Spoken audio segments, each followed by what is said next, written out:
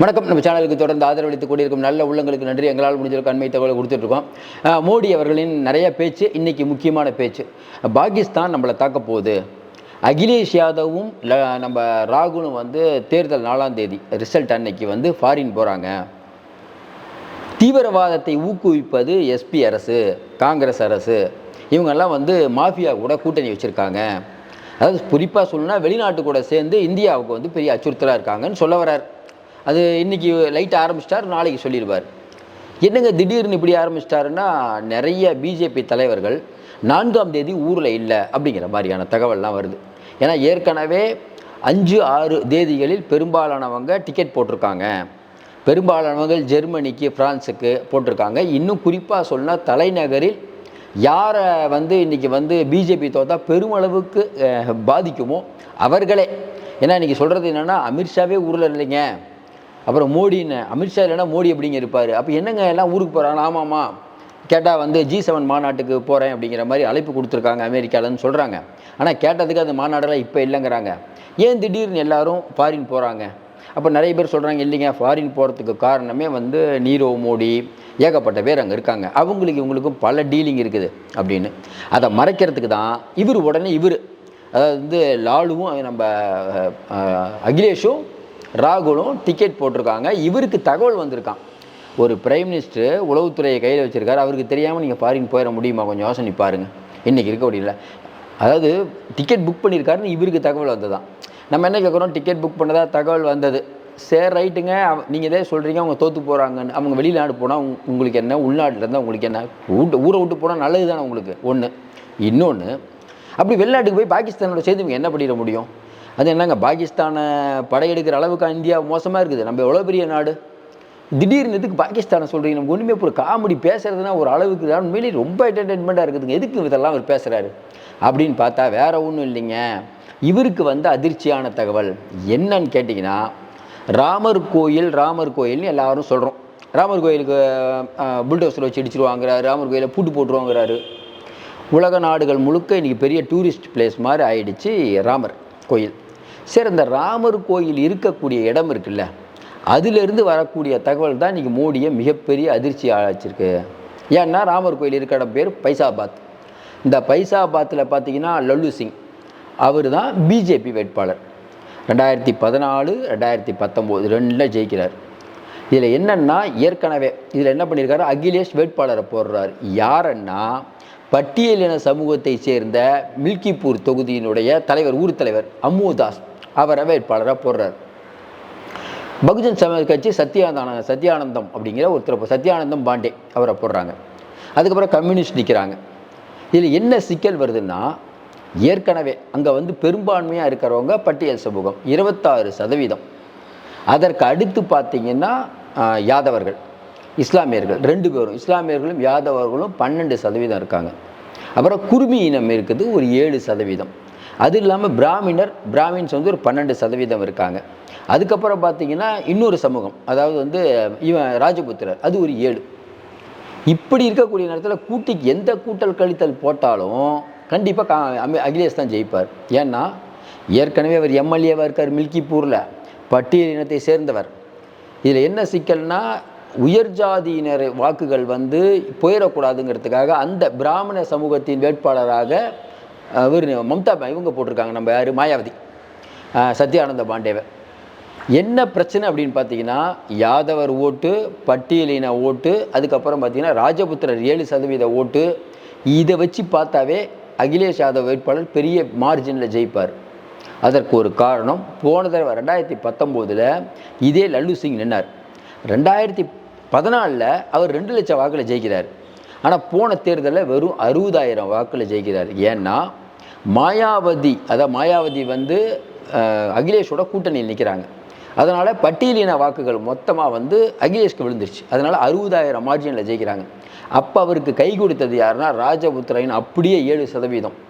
அதே மாதிரி உயர் ஜாதியினர் பிராமின்ஸ் ஒரு 12% அப்படியே போட்டாங்க. ஆனால் இன்றைக்கி குருமி அவங்களும் போட்டாங்க. ஆனால் இன்றைக்கி இருக்க நிலைமையில் இஸ்லாமியர்கள் பிரிஞ்சது. அதாவது அகிலேஷ்க்கு பாதி போயிடுச்சு, பாதி காங்கிரஸ்க்கு போயிடுச்சு. இப்படிப்பட்ட சூழ்நிலையில் இன்றைக்கி அதை வேட்டு வைக்கிற மாதிரி இன்றைக்கி வந்து அகிலேஷ் பண்ணதை இன்றைக்கி மோடி அவர்களாலையும் பிஜேபியில் ஏற்றுக்க முடியல. ஏன்னா பைசாபாத் தொகுதியிலே இன்றைக்கி நடக்கக்கூடிய விஷயம் என்னன்னு லோக்கலில் யாரை கேட்டாலும் தெரியும். ராமர் கோயில்னு சொல்லிகிட்டு இருக்க இடத்துல இன்றைக்கி லல்லு சிங் 3வது தடவையாக தோற்க போகிறார். அதற்கு சொல்லப்பட்ட காரணம் கடைசியாக இப்போ பிரச்சாரத்துக்கே அவர் கொஞ்சம் யோசிச்சு தாங்க போகிறாரு. ஏன்னா இன்றைக்கி வந்து அந்த மில்கிப்பூர் அந்த ஏரியா பக்கமெல்லாம் இவர் ஓட்டு கேட்கவே போக முடியல. ஆனால் சிட்டிங் எம்எல்ஏ பணம் செலவு பண்ணுவார். அதனால் சரியான அட்டாக் பண்ணியிருக்காங்க. அதாவது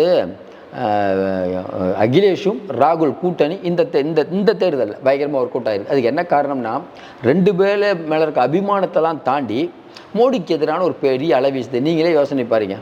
முதல் நாள் ஒன்று பேசுகிறாரு, இப்போ பாருங்கள் திடீர்னு இப்போ எல்லாருக்கும் ஒரு பெரிய அதிர்ச்சி. பாகிஸ்தான் இந்தியாவை தாக்க போகுதுன்னு யாராவது சொன்னால் நீங்கள் என்னங்க நினைப்பீங்க? நீங்களே சொல்லுங்கள். இப்போ போய் பேச வேண்டிய பேச்சா? அப்போ என்ன நினச்சிட்டு இருக்காரு இவர்? எது வேணால் பேசலான்ட்டு. இன்னும் சொல்கிறாரு டிக்கெட் போட்டு போகிறாங்க, ஃபாரின் போகிறாங்க. அங்கே போய் இப்போ என்ன மக்கள்கிட்ட என்ன சொல்ல வராருன்னா, ஐயோ பார்த்தீங்களா இவங்க எலெக்ஷன் முடிஞ்சுன்னா ஊரை விட்டு ஓடுறாங்க. அதான் நாளைக்கு சொல்லுவார். நீங்கள் முதல்ல ஆரம்பிக்கிறார். இதை தான் நம்ம ஏற்கனவே சொன்னோமே. எலெக்ஷன் இப்போ நிறைய பேர் என்ன சொல்கிறாங்க, நீங்கள் வேணால் எழுதி வச்சுக்கோங்க. நிறைய பெரிய ஆளுங்க பேசுகிறது என்ன சொல்கிறாங்க, சாதாரண பாமர மக்கள் கூட பேசுகிறாங்க. எலெக்ஷன் முடிஞ்சோன்னா மோடி அமித்ஷாலாம் இங்கே இருக்க மாட்டாங்க. ஏற்கனவே அவங்க அமெரிக்கா எல்லா இடத்துலையும் இடம் பிஸ்னஸ் வாங்கி இடம்லாம் பூச்சிட்டாங்க. ஏற்கனவே நீரவ் மோடியிலேருந்து இவருடைய தெரிஞ்சவங்கெல்லாம் விஜய் மலையெல்லாம் அங்கே இருக்காங்க. அவங்களோட வந்து போய் அங்கே ஒரு செல்ஃபி எடுத்து இங்கே போடுவார். அதையும் நம்ம ஜிகல் பாரத் மாதா கி ஜி நீங்கள் இருக்கவங்க சொல்லுவாங்க. அப்புறம் ஏங்கன்னு அவர் எஸ்கேப் ஆயிடுவாருங்க. எவ்வளோதாங்க பிரச்சனை? ஒரு பிரச்சனை போடல, பல பிரச்சனை இருக்குது. நான் ஒன்று யோசினீங்க, மோடி தோற்றால் இந்த ஒரு வார்த்தை என்ன விதமான அதிர்வுகளை ஏற்படுத்தும்? நீங்கள் பேசாத ஸ்மிருதி இரானி என்ன பேச்சு, ராஜ்நாத் சிங் என்ன பேச்சு, நிர்மலா சீதாராமன் என்னங்க பேச்சு? நீங்களே கொஞ்சம் சொல்லுங்கள். வெங்காயத்தை பற்றி கேள்வி கேட்டால் வெங்காயம் நான் சாப்பிட்றதுலாம் என்ன அர்த்தம், என்ன திமிரான பேச்சு? ஏன் பணம் கொடுக்கணும்னா நாங்களாம் அதெல்லாம் கொடுக்க முடியாது. யாருக்கு கொடுக்கணும் யாருக்கு கொடுக்கக்கூடாது எங்களுக்கு தெரியும். என்ன ஆணவமான பேச்சு? தமிழ்நாட்டில் இவ்வளோ வரி வாங்குறீங்க, உத்தரப்பிரதேசத்தில் கம்மியாக வாங்குறீங்க, அவங்களுக்கு அதிகமாக கொடுக்குறீங்க, எங்களுக்கு கம்மியாக கொடுக்குறீங்க. கேட்டால் வந்து உத்தரப்பிரதேச மக்கள் அவமதிக்கிறீங்கிறீங்க. என்னங்க நியாயம் இது? ஒருத்தர் வந்து அவர் 50 ரூபாய்க்கு டிக்கெட் வாங்குறாரு, ஒரு படம் பார்க்க போகிறாரு, அவருக்கு மேல் இருக்க கொடுக்கப்படுது. 30 ரூபா வாங்கினா கீழே கொடுக்கப்படுது. அவர் அந்த அளவுக்கு உழைக்கிறார், அவர் அந்த அளவுக்கு உழைக்கிறாரு. இது என்னங்க தப்பு? அதாவது என்னென்னா ஒரு பின்தங்கிய மாநிலத்துக்கு கொடுங்க, தப்பு இல்லை. அதுக்காக வந்து காசு கொடுக்குற மாநிலத்துக்கு எப்படி நீங்கள் கம்மி பண்ணுவீங்க? அடுத்தவங்க உழைப்பை நம்ம சுரண்டணும்னு நினைக்கல. அடுத்தவங்க உழைப்பை சுரண்டணும், அவங்களுக்கு கொடுக்கக்கூடாதுன்னு அவங்க சொல்ல. நமக்கான உரிமையை கேட்டால் அதுக்கு 1008 கேள்வி கேட்டால் பாரத் மாதா கி ஜெய் ஹிந்தி படிங்கிறீங்க. நீங்கள் தமிழ் படிங்கன்னா அதை கேட்க மாட்டீங்க. சமஸ்கிருதத்துக்கு அதிக காசு கொடுக்குறீங்க. ரவிங்கிற ஒருத்தர் ஆளுநரை அனுப்பி அவருக்கு தேவையில்லாத வேலையெல்லாம் பண்ணிட்டு இருக்காரு. அவர் தமிழகம் என்ன புதுசாக கதை விடுறாரு. முடிகிறாலும் ரிஷிகிறாலும் தமிழ்நாடு இந்தியா உருவாக்கப்பட்டதுன்னு யாருமே சொல்லாத ஐடியாலாம் சொல்லிட்டு இருக்காரு. வள்ளலார் வந்து சனாதனத்தை ஆதரிக்கிறாருங்கிறாரு. என்னங்க பேச்சு பேசிட்டு இருக்கீங்க? இந்த பக்கம் அண்ணாமலை என்னன்னா இல்லாத பொய்யெல்லாம் சொல்லிட்டு இருக்காரு. முத்துராமலிங்க தேவருக்கும் அண்ணாவுக்கு சண்டை, முத்துராமலிங்க தேவர் அண்ணாவை மிரட்டினா இருக்கிறார். என்னங்க வரலாற்று பிள்ளை? இங்கே மட்டும் திராவிட கட்சிகள்லாம் ஒழுங்காக இருக்க அடித்து விரட்டியிருப்பாங்க. அந்த அளவுக்கு பேசுகிறோம் நம்ம. என்னங்க பேச்சு இதெல்லாம்? பொய்யான பேச்சு. அது இன்னொன்று, ஒரு பட்டாசு வெடிக்கக்கூடாதுன்னு ஒருத்தர் சொன்னாங்கன்னா, தீபாவளியில் பட்டாசு வெடிக்கக்கூடாதுன்னு ஒருத்தர் கேஸ் போடுறாரு. உடனே அண்ணாமலை சொல்கிறார் அவர் முஸ்லீம் மிஷினரி கிறிஸ்டின் மிஷினரிட்ட பணம் வாங்கிட்டு பேசுகிறாருன்னா என்ன அர்த்தம்? அது ஏங்க பட்டாசு வெடித்தா மாசுபடுதுன்னு சொல்கிறாங்க. இதுக்கு இந்து மதத்துக்கு எப்படிங்க இதாகும்? உண்மையை புரியல. அப்போ ஒன்று பண்ணுங்க, அதான் வீர் சொல்கிற மாதிரி, ஏங்க தலையை வலிக்கிறீங்கல்ல, எது மொட்டை அடிக்கிறாங்கல்ல, இதெல்லாம் கொஞ்சம் பகுத்தறி கொஞ்சம் யோசனை பாருங்கள். அவர் கேட்ட கேள்வி ரைட்டா இல்லையா? யாராவது முடியை வெளிச்சா முடி வளராதுன்னா மொட்டை அடிப்பாங்களா? இது எப்படி நீங்கள், அதாவது கடவுள் பக்திங்கிறது அவங்க உரிமை. அதை விட்டுட்டு இவர் பாட்டுக்கு சும்மா அளந்து விடுறது. எனக்கு ஒரு கடவுள் பிடிக்கும், உங்களுக்கு ஒரு கடவுள் பிடிக்கும், என்னுடைய வழிபாடு நீங்கள் உங்களோட வழிபாடு அவங்க தலையிடக்கூடாது. கேட்டால் வந்து முஸ்லீம் கிறிஸ்டின்லாம் அவங்க சர்ச்சு கிறிஸ்டின்லாம் கேட்குறீங்களே. நம்ம என்ன கேட்குறோம்? ஒரே ஒரு விஷயம், அவங்க சர்ச்சு அவங்க மசூதி எல்லாம் அவங்க பார்த்துக்குவாங்க.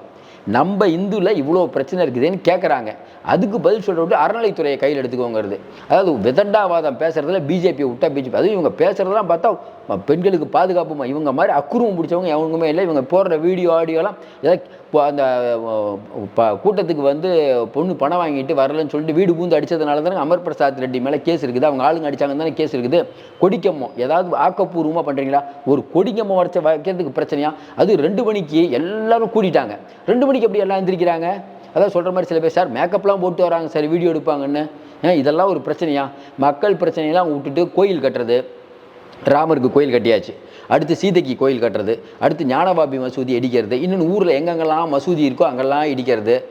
அசாம் முதலமைச்சர் சொல்கிற நாங்கள் ஆட்சிக்கு வந்தால் இதை மசூதி இடிப்போம். என்னங்க வார்த்தை அதெல்லாம்? இந்த பக்கம் ஒரு அம்மா போய் உருத்தா போட்டவங்களெல்லாம் எடுத்து உங்கள் பேர் என்ன எது என்னன்னு கேட்குறீங்க. என்ன அராஜகம் பண்ணிட்டு இருக்கீங்க நீங்கள் எல்லாத்தையும்? நீங்கள் சொல்கிற ராமர் உண்மையிலேயே ராமர் அப்படிங்கிறவர் இதை ஏற்றுக்குவாரா? மறுபடியும் நம்ம சொல்கிறோம் ராமரோ கிருஷ்ணரோ எந்த கடவுளாக இருக்கட்டும், எந்த கடவுளுக்காவது இது நீங்கள் பண்ணுற அக்குறுமத்துக்கெல்லாம் உடன்பாடா? நீங்கள் பேச்சா வறுமையில் மக்கள் இருக்காங்க, அதை பற்றி பேசுகிறாங்கன்னா கோயில் கட்டுறாங்க, கோயில் அடிக்கிறாங்க, முஸ்லீம்களுக்கு செலவு கொடுக்குறாங்க. உங்கள் பேச்சு எல்லாமே தப்பாக இருக்குது.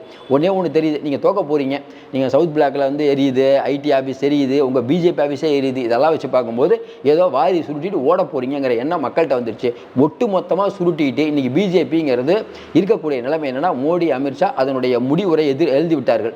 100 ஆண்டுகள் அப்படியே மெதுவாக வந்து வாஜ்பாய் காலத்தில் வந்தது தோற்றது எல்லாமே உலக வரலாறே எடுத்துட்டிங்கன்னா ஒன்று அப்படியே நல்லா வரும், அப்படியே ஏறுனதுக்கப்புறம் இறங்கும். இதான் வாழ்க்கை. அதுக்கப்புறம் எங்கே போவீங்க? ஏறிட்டீங்க சார். உங்களுடைய அநியாயங்கிறது உச்சத்தில் போயிடுச்சு. உங்களை யார் எதிர்த்தாங்களோ, கெஜ்ரிவால், ஹேமந்த் சோரன், செந்தில் பாலாஜி எல்லாத்தையும் தூக்கி வெளில போட்டிங்க. சரி, சொந்த கட்சியில் பார்த்தா வசுந்தராஜ சிந்தியா, முரளி மனோகர் ஜோஷி, அதுக்கப்புறம் பார்த்தீங்கன்னா இங்கே இருக்கக்கூடிய இவர் நம்ம அத்வானி எல்லாத்தையும் வீட்டில் உட்கார வச்சாச்சு. அப்புறம் இப்போ சிவராஜ் சிங் சௌகான், அவருக்கும் பதவி இல்லை. நீங்கள் வந்தால் யோகிக்கே பதவி இருக்கான்னு தெரியும், அவருக்கும் தெரியும். இப்படி எல்லாத்தையும் பண்ணிவிட்டு நீங்களும் அமித்ஷாவும் ரொம்ப புச்சாலிங்க அப்படிங்கிறது. குஜராத்லேருந்து 2 பேர் வருவீங்களாம், இந்தியாவை பூட்டி சாவி எடுத்துகிட்டு போயிடலாம் நீங்கள் நினச்சிங்கன்னா, இந்தியானாங்க அவ்வளோ நீங்கள் சொல்கிற பொய்யெல்லாம் நம்புறது. நம்ம என்னென்னா இங்கே யோசிக்கிறாங்க, நம்மளே யோசிக்கிறோம். ஒருவேளை இவர் சொல்கிறதெல்லாம் நம்புறதுக்கு அங்கே வடநாட்டில் ஆள் இருக்காங்களோ? ஏன்னா ஏங்க பாகிஸ்தானை பட்ட சண்டைக்கு வரும்னா என்னங்க பேச்சு இது? புல்டோசர் விட்டு காங்கிரஸ் வந்தால் இடிக்கும்னா நீங்களே சொல்லுங்கள், இடிக்க முடியுமா? இன்றைக்கி மோடி அவர்கள் இவ்வளோ அராஜகம் பண்ணிகிட்டு இருக்கும்போது கூட உச்சநீதிமன்றம் பல வரலாற்று சிறப்புமிக்க தீர்ப்புகளை சொல்லுது. 370 ஆர்டிக்கலாக கோர்ட்டுக்கு வந்துட்டு நாங்கள் பார்த்துக்கிறோம். கெஜ்ரிவாலா நீங்கள் இஷ்டத்துக்கெல்லாம் கைது பண்ண முடியாது, நாங்கள் வந்து விட்டாங்களா? சஞ்சய் சிங்லாம் இஷ்டத்துக்கு கைது விட்டுறாங்களா? நீங்கள் என்ன அடிக்கடி எல்லாத்தையும் கைது பண்ணிகிட்டு இருக்கீங்க? எலெக்ஷன் நேரத்தில் எப்படி கைது பண்ணுவீங்க? மத்திய அரசு நிறையா சட்டங்களை கொண்டு வரும்போது எல்லாத்துக்கும் பயங்கர இடி இருக்குது உச்சநீதிமன்றம். இப்போவே இடி உங்கள் மெஜாரிட்டி இருக்கும்போதே உச்சநீதிமன்றம் இந்த மாதிரி பண்ணுது. நாளை இந்தியா கூட்டணி ஆட்சிக்கு வந்தால் நிறையா முதலமைச்சர்கள் வருவாங்க. இன்னொன்று, எப்பயுமேங்க ஒரு கட்சி ஆட்சியை விட இந்த மாதிரி கூட்டணி ஆட்சி வர்றது நல்லது தான். ஏன்னா ஒரு பயம் இருக்கும்ல. மம்தா பானர்ஜி, ஸ்டாலின், அப்புறம் வந்து நம்ம இருக்கக்கூடிய நம்ம சரத்பவார், உத்தவ் தாக்கரே, ஃபரூக் அப்துல்லா, அகிலேஷ், தேஜஸ்வி, இப்படி வச்சு ஒரு கூட்டணி வச்சிங்கன்னா ஒரு கருத்து தப்புனா தப்புங்க நீங்கள் இல்லைன்னா வாபஸ் வாங்கிடுன்னு சொன்னால் பயந்து ஆட்சி பண்ணுவாங்க. அதை விட்டுட்டு இவங்க 2 பேரும், அதுவும் அமித்ஷா மோடி மட்டும்தான் 2 பேர் தான் முடிவே எடுக்கிறது. அது அகில இந்திய ரீதியில் இருந்தாலும் சரி, சாதாரண மேட்டராக இருந்தாலும் சரி. நீங்கள் இருந்தாங்கன்னா எப்படி உருப்படும்? ஒரே நாளில் நோட்டெல்லாம் காலின்னீங்க, கருப்பு பணத்தை ஒழித்து விட்டோம், முக்கியமான விஷயம். அப்புறம் பார்த்தா நீங்களே சொல்கிறீங்க அதானியும் அம்பானியும் நிறையா கோடியாக லாரியாக ராகுலுக்கு அனுப்புனாங்கன்னு. நீங்கள் தாங்க கருப்பு பணத்தை ஒழிக்கிறேன்னு சொன்னீங்க. எப்படி இந்த பணம்லாம் வந்ததுன்னா அதுக்கு பதில் இல்லை. அதானியோடைய துணைமுகத்தை இப்போ ரத்து பண்ணியிருக்காங்க பாருங்களா, அதுக்கு நீங்கள் பதில் இல்லை. தொடர்ச்சியாக அதானி பற்றி பேசினாலும் நீங்கள் எதுவும் பேச மாட்டீங்க. எல்லாத்துக்கும் மேலே ஒரு அடிச்சுக்கு பாருங்கள். அதானியும் ராகுலும் ஃப்ரெண்டுன்ட்டிங்க பாருங்கள். அதாவது ராகுல் காந்தி பிரதமரானால் பாகிஸ்தான் வந்து சந்தோஷப்படும். எல்லாத்தையும் சேர்த்து 2019 உங்கள் வாயில் வராத வார்த்தை இப்போ வந்துருச்சு. காங்கிரஸ் ஜெயித்தால் வந்துருச்சா வார்த்தை? அதான் ஜெயிக்க போகுது. அதான் நீங்களே சொல்லிட்டீங்களே ஜெயிக்க போகுது. அதான் சொன்னமே, தேவையில்லாமல் வெளியில் போகிற ஓனான அப்படிங்கிற மாதிரி நீங்கள் தேவையில்லாமல் கெஜ்ரிவாலை வச்சுருந்தா கம்முன்னு இருந்திருப்பார். அவர் தேவையில்லாமல் அகில இந்தியில் பெரிய தலைவர் ஆகிவிட்டு அவர் உங்களுக்கு வைக்கிறார் ஆப்பு. எழுதி வச்சுக்கோங்க, பிஜேபி வராது, பாகிஸ்தானோட சண்டைக்கு போகிறேன். இதெல்லாம் ஏன் நம்ம என்ன கேட்குறோம்? எதுக்கு நீங்கள் சொல்கிறதே சொல்கிறீங்க? பாகிஸ்தான் சைனாட்ட சொல்ல வேண்டியதானே?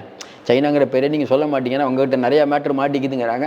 ஒவ்வொன்றாக வெளிவரும், எழுதி வைத்துக் கொள்ளுங்கள். இப்போ ஜூன் 4 ஓடப்போவது வந்து அகிலேஷா இல்லை ஐயா மோடி அந்த குரூப்பாங்கிறது தெரிந்துவிடும். நம்மை பொறுத்தவரையில் எல்லாத்தையும் பார்க்கும்போது மோடி அண்ட் கோ இந்நேரம் டிக்கெட் போட்டிருப்பாங்க.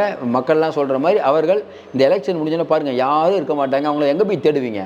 ஏங்க நீரவ் மோடி, விஜய் மல்லாவே இன்னும் பிடிக்க முடியலைங்க. இவர் எங்கே போய் பிடிப்பீங்க?